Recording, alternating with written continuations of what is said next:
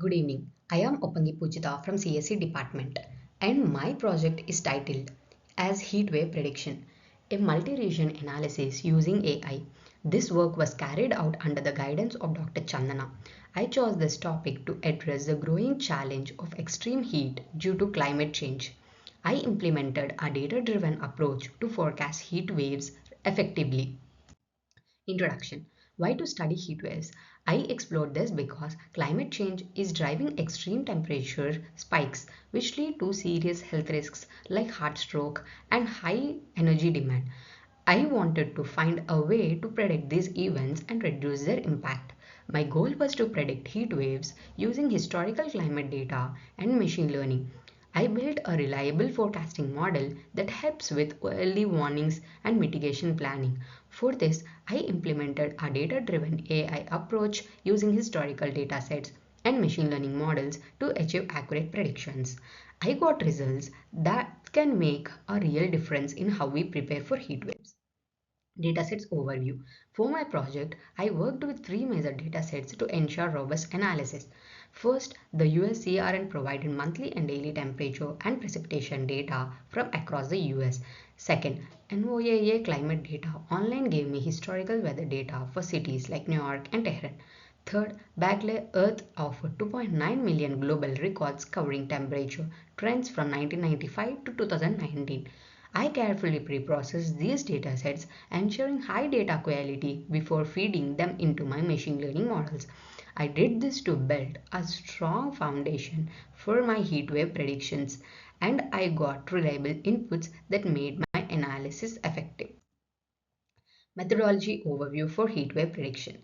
Here's how I approach this project. I implemented data collection from NOAA and Berkeley Earth, then trained it by fixing missing values and formatting dates properly. I did feature engineering to extract details like temperature ranges and labeled heat waves when temperatures hit 32 degrees Celsius or higher. I trained random forests and LSTM models and I got great results with random forests achieving an F1 score of about 0.85. I also added real-time simulations and alerts to make my predictions practical for planning ahead. Slide 5. Visualizing monthly climate data USCRN. Here are the visualizations I created to understand monthly trends. I implemented plots for mean temperature and humidity using USCRN data to spot seasonal patterns and heat waves. You can see how temperatures peak in summer and how humidity impacts comfort and agriculture. I did this to analyze long-term climate shifts. I got clear insights into heat wave occurrences and their effects over time from these graphs. Slide 6. USCRN monthly data, code overview and trends. Following that, for monthly data, I implemented code to process NOAA files and detect heat waves when temperature exceeded 32 degrees Celsius. I did this using random forests, achieving an F1 score of nearly 1 and tested LSTM models too. Here are the visualizations, historical heatwave occurrences and real-time temperature with energy demand. You can see seasonal spikes and energy trends. I got solid evidence of heatwave patterns and their link to energy planning over the years. Slide 7. Visualizing daily climate data USCRN. Moving on to the daily data, I implemented a line plot of mean temperature using USCRN daily records to track changes. Here's the visualization. You can see the graph between daily mean temperature and date. I did this to highlight seasonal fluctuations and mark heat waves at 32 degrees Celsius or more. I got a detailed view of daily extremes which helped me understand climate behavior better. Slide 8. USCRN daily data, code overview and trends. Let's explore daily data further. I implemented heat wave detection for daily data, labeling them when the max temperature hit 32 degrees Celsius for 3 consecutive days. I did this with random forest getting an F1 score of 0.58 and experimented with LSTM2. Here's visualizations. Daily max temperature was heat waves over years. You can see where heat waves occur. I got real-time predictions working smoothly, improving my forecasting accuracy. Slide 9. Visualization insights for Tehran. For Tehran, I focused on temperature and rainfall trends. Here are the visualizations. Temperature trends and precipitation patterns in Tehran. I implemented line plots showing daily temperatures up to 42.4 degrees Celsius and bar plots for rainfall. You can see seasonal cycles and rare heavy rain events.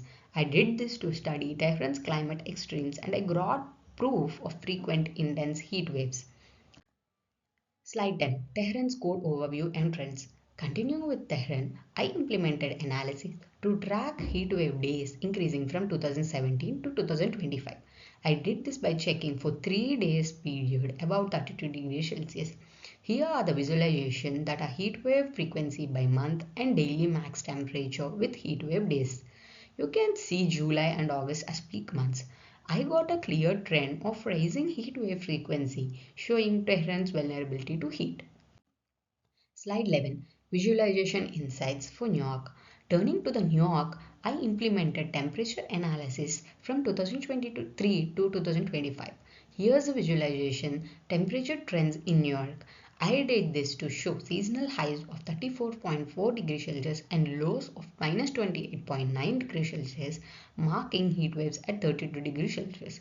You can see the extreme clearly. I got evidence of growing heat wave potential, which highlights the need for better climate monitoring.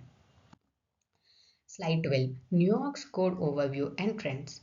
Building on that, in New York, I implemented heat wave detection and found an increase in events from 2017 to 2025. I did this by identifying 3-day stretches above 32 degrees Celsius. Here are the visualization heat wave frequency by month and daily max temperature with heat wave days. You can see the summer peaks in July and August. I got a trend of more frequent heat waves, especially during the hottest months. Slide 13. Global historical temperature data. Globally, I worked with over 1.4 million data records from cities worldwide. I implemented cleaning to remove errors and standardized temperatures to degrees Celsius. Here's the visualization. Global measure city average monthly temperature degree Fahrenheit over months. You can see consistent seasonal patterns. I did this to compare global trends and I got insights into heat wave behavior from 1995 to 2019. Slide 14. Global temperature data code overview and trends. Taking a broader view for global data, I implemented cleaning of 2.9 million rows and labeled heat waves at 32 degrees Celsius for 3 days or more. I did this with random forests and LSTM for predictions. Here are the visualizations. Global heatwave frequency by month and daily average temperature with heatwave days in the US. You can see July-August peaks. I got reliable patterns showing heat waves worldwide over time. Slide 15. Conclusion.